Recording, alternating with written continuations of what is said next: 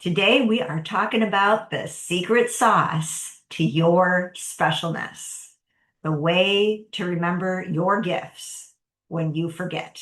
So let's get started. Welcome to the I'm Perfectly Divine podcast, a place for the strong, sensitive, spiritual seeker to recognize the perfection of your human journey to worlds through proven and grounded frameworks that support you to live in the wholeness you already are. For over the past 2 decades, I have supported people from all around the world, as well as Fortune 500 companies, to dissolve the divisions within them and live with greater empowerment and love. This podcast is an exploration of the paradoxes that befuddle us as we live our lives being both human and divine. Together, you and I, along with other experts, will navigate integrating psychology and spirituality, the divine feminine and the divine masculine, the darkness and the light, to create greater sacred union from within. I believe through your remembering that you are innately divine, that you will allow yourself to more openly shine. So let's get to it, because your unique light is needed more than ever. Hello, beautiful soul. Welcome back to I'm Perfectly Divine podcast. I feel like I want to say every time I press play and record is like, okay, here we go. I don't know exactly where this is going to take us, but I do have this theme that is coming forward. And spirit is very giddy today, so we'll see how this insight, this guidance wants to come forward. But really, it's this sense that how easily we forget how special we each are. And you are so freaking special. And this has come through in my meditation this morning. Um, the words my spirit guide used was, it's we are so stupidly special. Like it's like our minds make us, I don't like the word stupid, so that's why I'm like, oh my gosh, why is this being coming through? But it's like, it's to laugh at our egos. It's like we are just, it's so stupid how our egos get us away from our truth. Not that you're stupid or I'm stupid, but it's just kind of the silliness of the egos at play. And if we could start to see them as this kind of um I don't know, it's just it's the spectrum of the fool. So if you've ever read or done a tarot reading, the fool is really the one that is the one that leads us to greater insight and enlightenment. But our egos tell us, like, you don't want to be the fool. And so this is kind of the same play on words, on foolishness, stupidity, that our ego wants to worry about us being in that place versus the the wisdom and insight that comes from the fool, who really is able to rise above what society wants us to be in order to be playful and to be in one's truth and remember the love that we all are. So that's how spirit wants to play this. And so again, let's see what wants to come forward. So why this topic? I was blessed to be a part of a live priestess temple experience, and it's just so beautiful to be live with one another. And I will say that as much as we fear about this whole AI thing and AI taking over, and I get it, it's just so clear to me how AI cannot take over our human spirit, and what comes forward through our energy, what comes forward when our eyes meet. And I think that was what was so powerful, is meeting these women. And part of the work that where we began was meeting each other eye to eye. So instead of the niceties and the courteous smiles or nods, it was really seeing one another from our more of our soul, our spirit, our heart's eye that can feel and resonates with the truth and love that somebody is. And so to start right there is very powerful.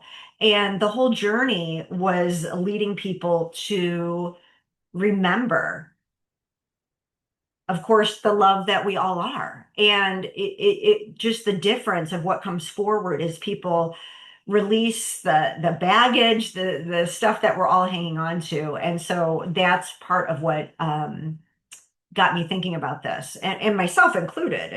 It's like we all, as long as we're around and we are on this consciousness path, we want to be aware of the ways that the ego is interfering with the love that we are. And I know I repeat this a lot, but it's because there has been so much in the healing and growth, whether that's spiritual or personal development, that thinks that we've got to overcome things in order to be enough.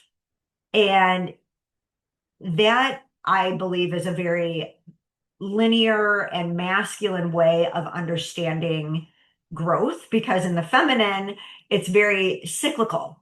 It's nature. It's understanding that we continue to go through these cycles to continue to refine.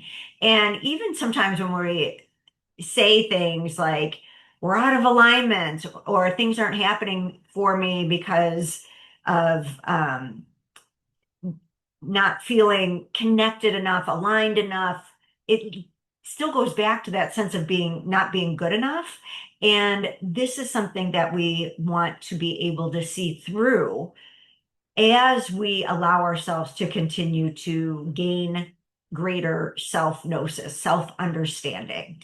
And so what's happening is of course our egos get in the way as we're growing, as we are remembering our truth. Our ego is there wanting us to believe that we're not enough, and that's part of the journey that we want to be able to be with ourselves with. That instead of thinking that we're not evolved enough to have certain things happen in the external, we're being called not to be so hard on ourselves, not to judge ourselves for being human, because the whole point is that we can hold with compassion and consciousness the ways that our ego is trying to trip us up, the way that our ego wants to make us less than. And so this is what I want to just put a pin on, is this acknowledgement that we've been fed a more linear understanding of growth, that it happens and we climb this ladder, and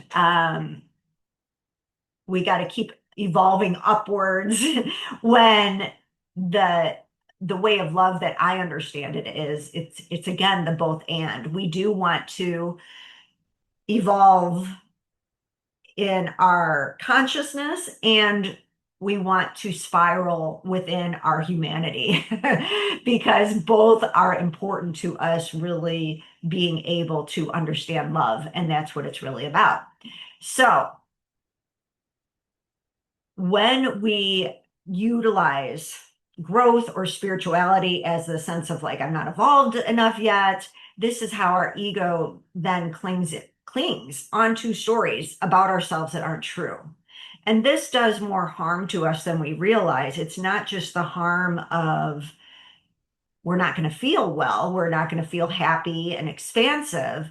It's the harm that we won't express our gifts. And we won't express our gifts because we think we're not good enough. And so this is where we want to bring conscious awareness to the sense of, we're not going to know our purpose if it's hidden underneath all these stories that tell us, that we're still not enough, that we're somehow bad, or not evolved or aligned when we feel sadness, when we feel anger, when we judge ourselves and others. And what that does, it makes us try to contort ourselves then to being some version of enoughness that can receive the praise of our ego or the praise of others. And we're getting these crumbs of love, trying to be enough rather than just honoring ourselves where we are. And what's very, very clear to me is that why bringing forward the feminine aspect to spirituality is so important is because the feminine meets us where we are at. And I like to see the feminine as both this unconditional mother love that just is like, you are loved no matter what, as well as the fierce, the one that is initiating us to remember our strength and power. So it is the both and when it comes to our feminine spiritual strengths and to hold both of them, and holding both of them is so important because this is how we remember both aspects to us, the part that can be unconditional and love and being able to see ourselves with a lens of love regardless of what we are going through, and to challenge ourselves to move beyond the ego's way of tying us up in the ego's web. Not with judgment, because again, it's the whole point. It's the point for us to work with our consciousness, play with our consciousness in order to be able to get in there and remember the truth and keep remembering it and dialing in on that. And so the way the divine feminine recognizes this is that you are special because you're here. It's an innate part of you because you are innately an aspect of the divine in human form. And so you have a special gift that's meant to be shared, that's meant to be expressed. And part of this is our pathway to remembering how to trust ourselves again. And what is so interesting about this is that in order to trust ourselves, to share our gifts, we really have to be in this place of knowing how to honor our truth and be able to get over trying to be good enough by some external standard or some internal standard that is created by our ego, that's created by an outdated lens of what it means to be spiritual or even a good person. And this is an interesting piece because when I was working with Jeff, and you may have recalled, we had two podcast episodes with a priestess, a priestess and a pastor. I will get my words here. A priestess and a pastor. And this did not make the cut because this was a conversation afterwards. But he was like, don't you still think there needs to be like a moral code that we are all following and kind of like these guidelines as humans that we should all follow? And of course, my message is both and. I think it's good to have them. It's easy for our minds to remember, but ultimately to me, our hearts are always guiding us. Like that is the way. That's why I keep saying this is the way of love, because it's always teaching us, and especially in those areas that seem to be in between, where we can't figure out the right or wrong in our minds, the heart knows. And the heart's going to guide us there if we get quiet. But what happens for people is they get really worried about following certain rules. And then if they miss the mark, which again is that meaning of sin, how it was originally intended, is that we miss the mark in order to course correct. It doesn't make us bad. It doesn't make us wrong. And where Jeff was saying, well, don't we have to worry about people, people doing bad things? It's like, yes, perhaps, but I do feel like life has a way of course correcting us, even when we keep missing the mark and we keep missing the mark. And so I've worked with people where that tends to be when they come to want to do deeper inner work, is because they've hit the mark in many ways on the external, but then they've missed the mark internally. So it reminds me of someone that was very successful, and he had the bullseye with success based on external conditions, but internally something was amiss. And so internally he felt depressed. He struggled with purpose. And so that's what's so incredibly powerful, is that here's someone that on the external, very powerful, could hire anybody to do just about everything for him. And yet it all came back to, when it comes to him expressing his gifts, his talents, his purpose, it could only be done by him, and it had to be done through the heart. And all of us feel powerless when we initially step on that journey. And that is the great equalizer, is that our hearts know the way, and our hearts have been covered up by the stories that we have about ourselves that makes us temporarily believe that our gifts aren't there, our gifts aren't visible. And so that is part of the unfolding, because as we unfold the ego lies, we are simultaneously building the internal strength that we need to hold the capacity of the gift that you are, which is your purpose. And so it's this beautiful simultaneous unfolding that we get to continue to unravel. And that's why I still have my moments. Gosh, goodness gracious, I still have my moments on the floor, crying in the grass, crying. And I've learned to, how do I want to put this? Um, to simultaneously know that, okay, this is exactly where my ego is crying out the loudest, because there's something more that's going to be revealed. There's something on the other side of this. And so then those moments become less scary, and we can go more quickly back to remembering. But this is a skill.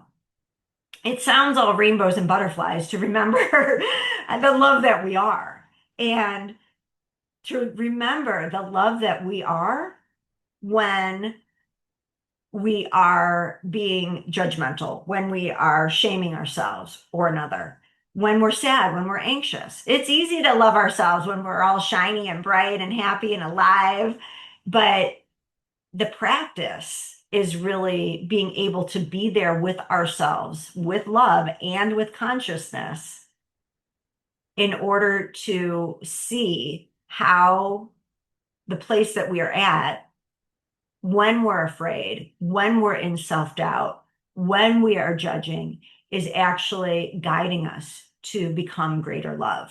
And it doesn't excuse behavior that may have been hurtful. It just, again, guides us to understand how we've missed the mark. And so the more dangerous thing to me is when we deny these aspects of ourselves. And so what came forward as I was looking at this topic is the ways that we shut ourselves from our gift is actually how we shut ourselves down, because we're so afraid to be some version of ourselves that we don't want to be, but that I feel that all of us have. But we've been judged and shamed not to express ourselves for fear of being some version of ourselves that we don't want to be.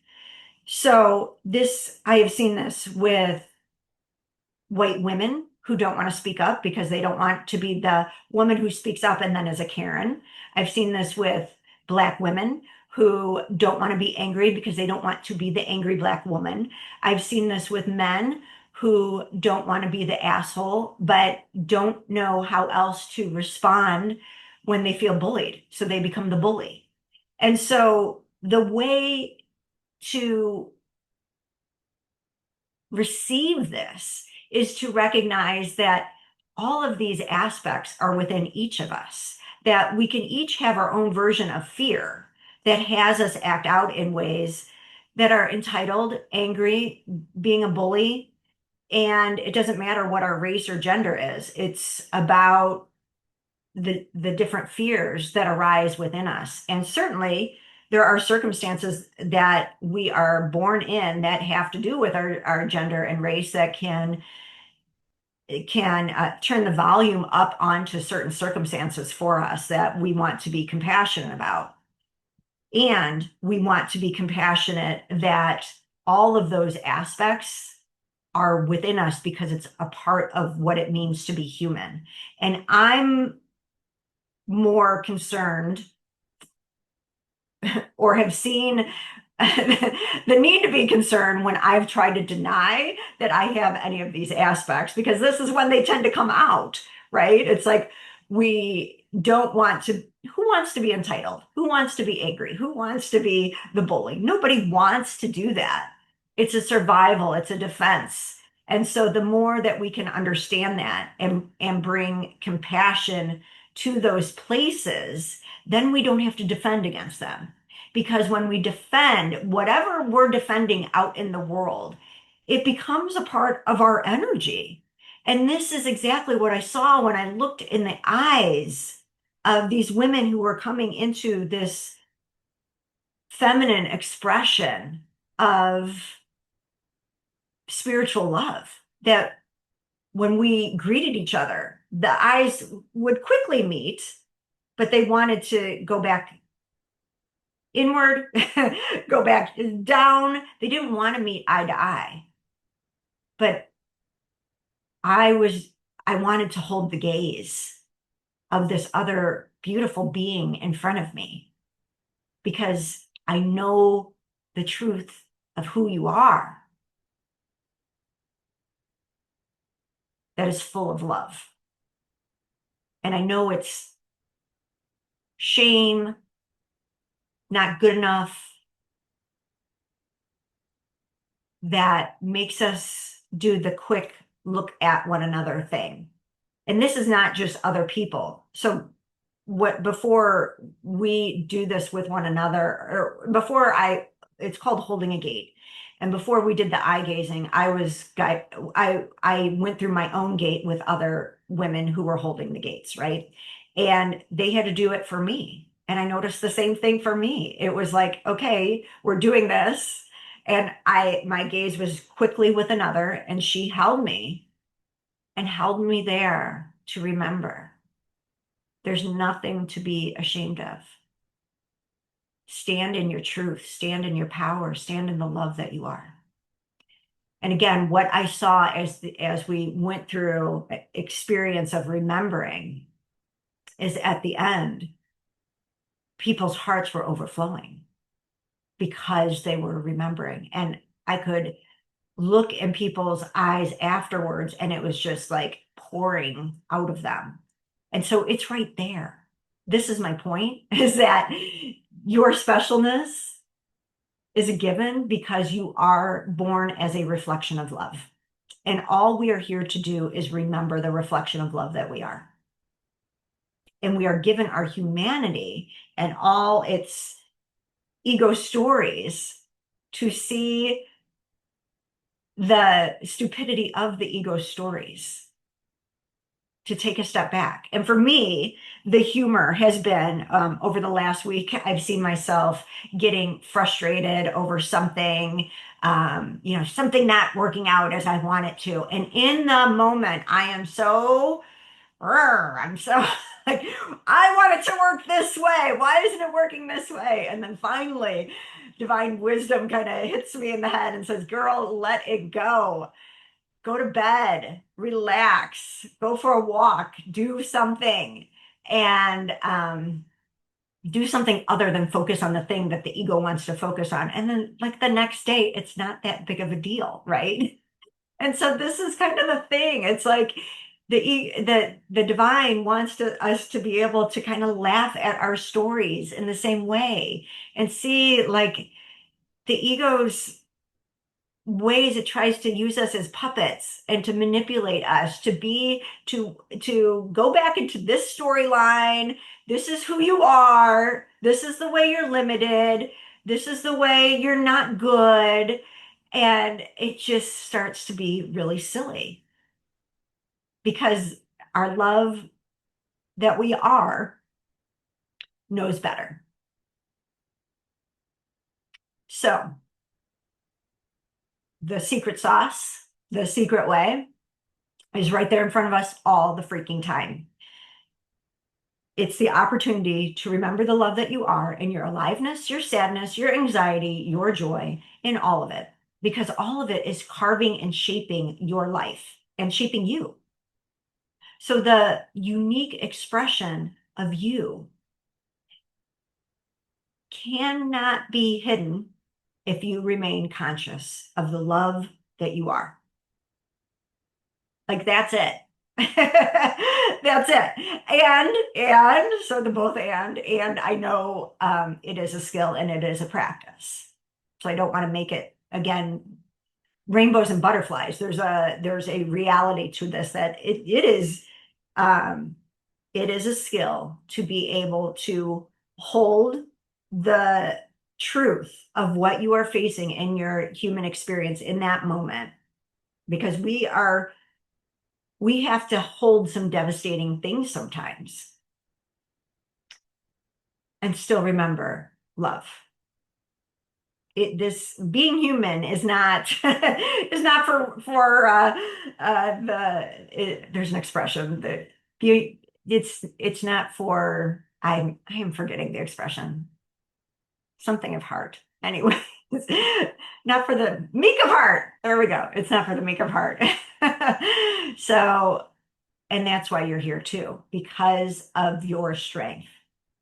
And especially on a podcast episode like this, because I'm always challenging us to go about looking at our remembrance differently than, again, a lot of what we've been told. And so I just want to honor you for that because it takes courage. It's not this straight and narrow path that we've been handed to, that we're supposed to, this is right and wrong. And we know that humanity can be very challenging. And when people get in that right and wrong, we start to separate ourselves from one another and not see one another and create too much divisiveness that we forget the love that one another is. And I know that is challenging in our world today. And that's exactly why you being able to acknowledge you in your aspects of self that you want to judge is so vital. Because if you can learn to see yourself as love in those moments, you're going to be able to better give that to another. And I cannot emphasize enough how important seeing, witnessing, acknowledging the love, the specialness that you see in another is today. We are so isolated and we just don't get the opportunities to like mirror back in real time as much. And so when we do, it's just like, this is why the work that you are doing within yourself to remember the love is so beyond you. It is like this crazy ripple effect that you're having because you have no idea how much people are craving to be seen for the love that they are too. And they need you to come forward and remember it, even in your challenging times, so that when you witness or when you hold on to something about someone from when they were in a challenging time and they didn't respond in a way that you thought was good, that you can know that you've been there as well. And this certainly makes me think of people where I'm like, oh my goodness, there's people that I'm holding on to, an idea, a notion about them from something of their past. And the power of love is that we are shaped and molded all the time to greater love. And if somebody was holding on to me from the past, that would make me sad. And so, can we give each other grace even when in the past someone showed up in a certain way, and trust that the divine is helping them to remember as well? And sometimes it is just through your grace that they do remember the love that they are. So, what else wants to come forward?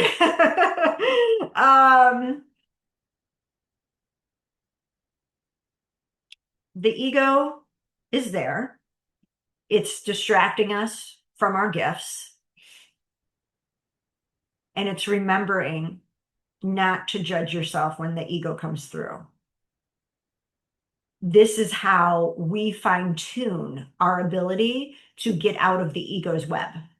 This is the skill set building as well, is that we know how to get out of the ego's web, and we know how to put ourselves into being co-creators with the divine in the web of life and weave that pattern from love rather than the ego who wants us to weave the pattern from fear, from lack, from not enoughness.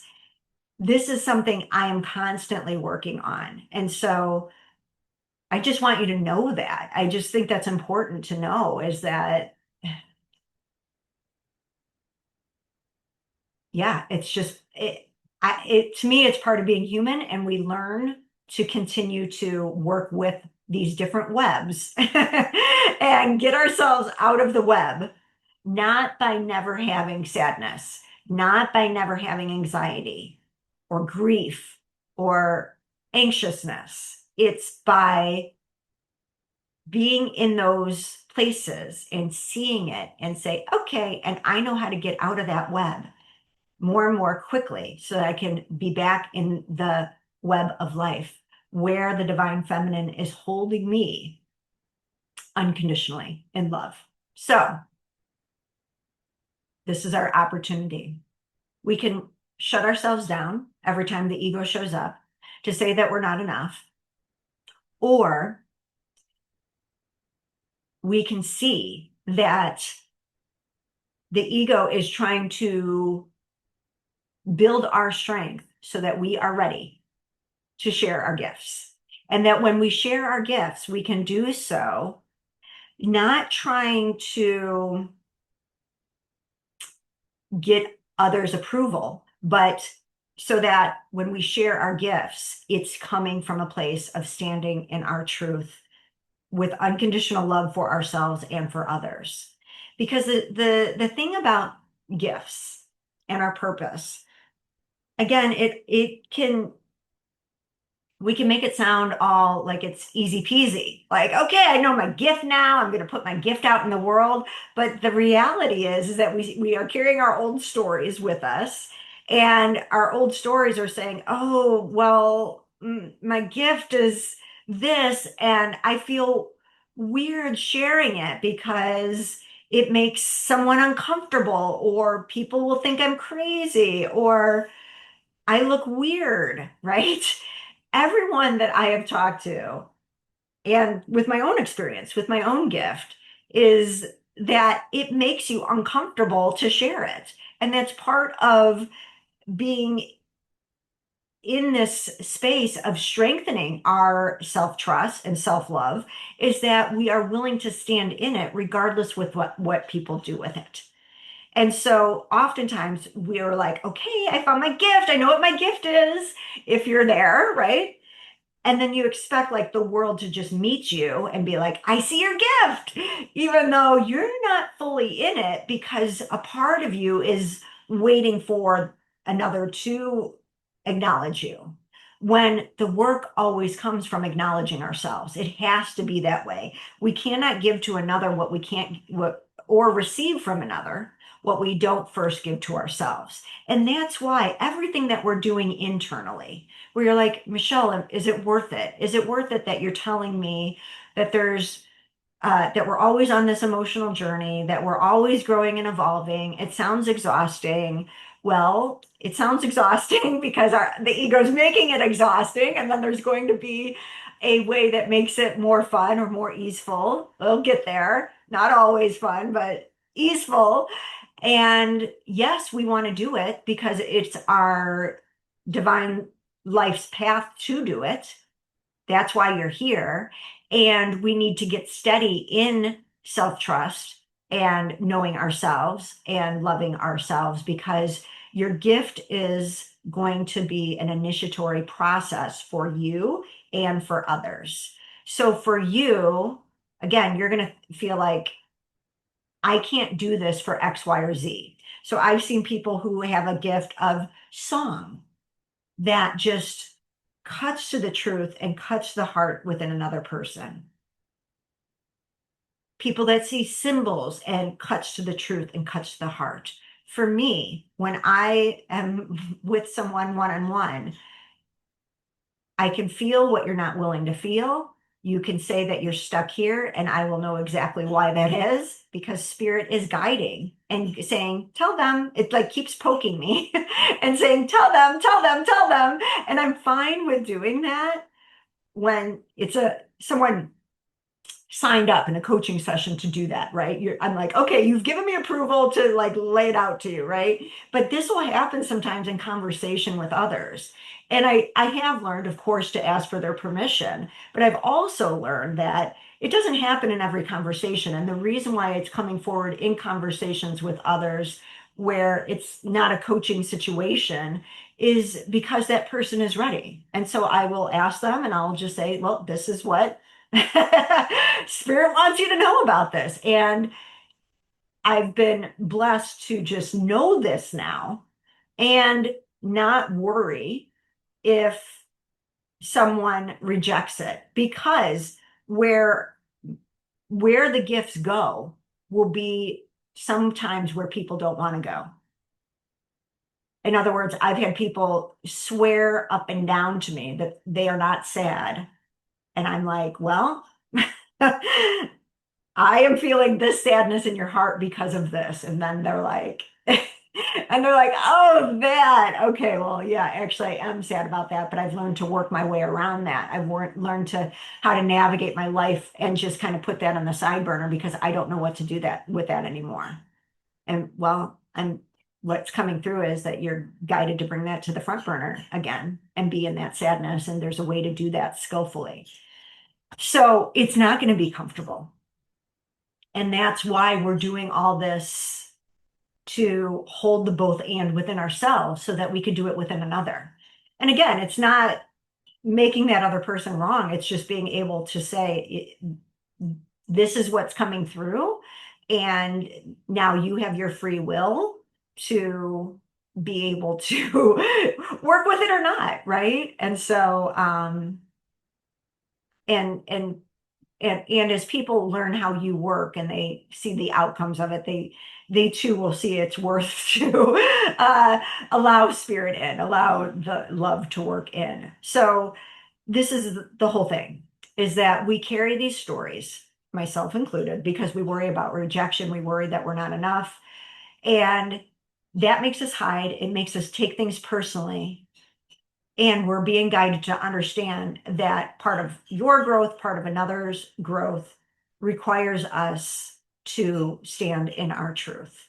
And regardless of what a person does with it, that as long as you are coming from a place of compassion, a place from consciousness, that you can trust how the divine wants to work through you. But the divine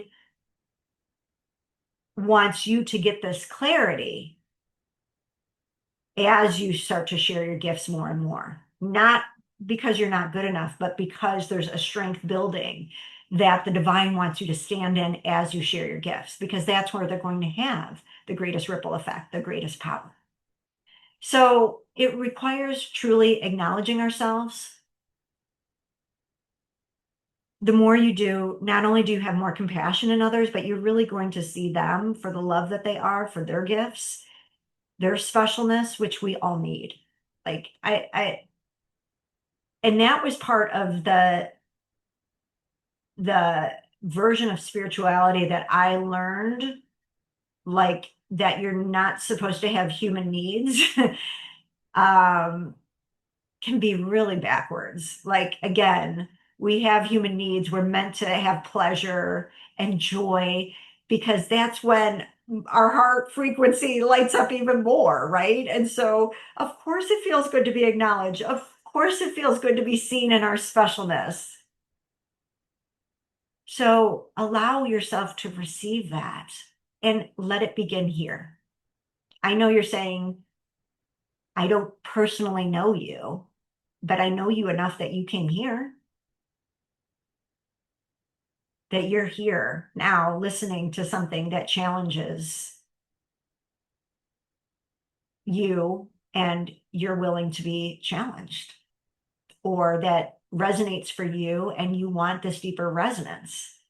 So know that that is special and important as we go through days where people may be digging into the old ways, and we are being called to remember what it's like to follow our hearts and trust our hearts and live from our hearts.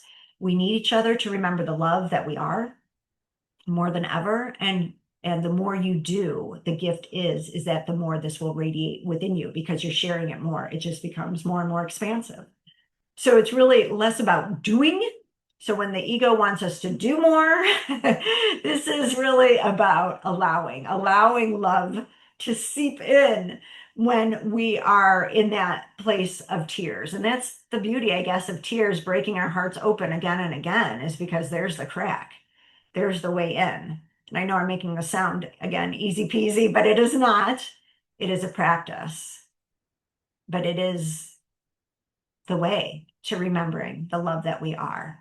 So see it that within yourself and remember your truth, that you are a unique expression of the divine that cannot be replicated. I just keep going back to looking at the eyes of each of these women, and I'm like, wow, I'm just blown away by each one, because it was just like so powerful, so special, so different, such a different thread of love in this web of life. And that's what we all are. And together we are weaving a life where all of us remember again.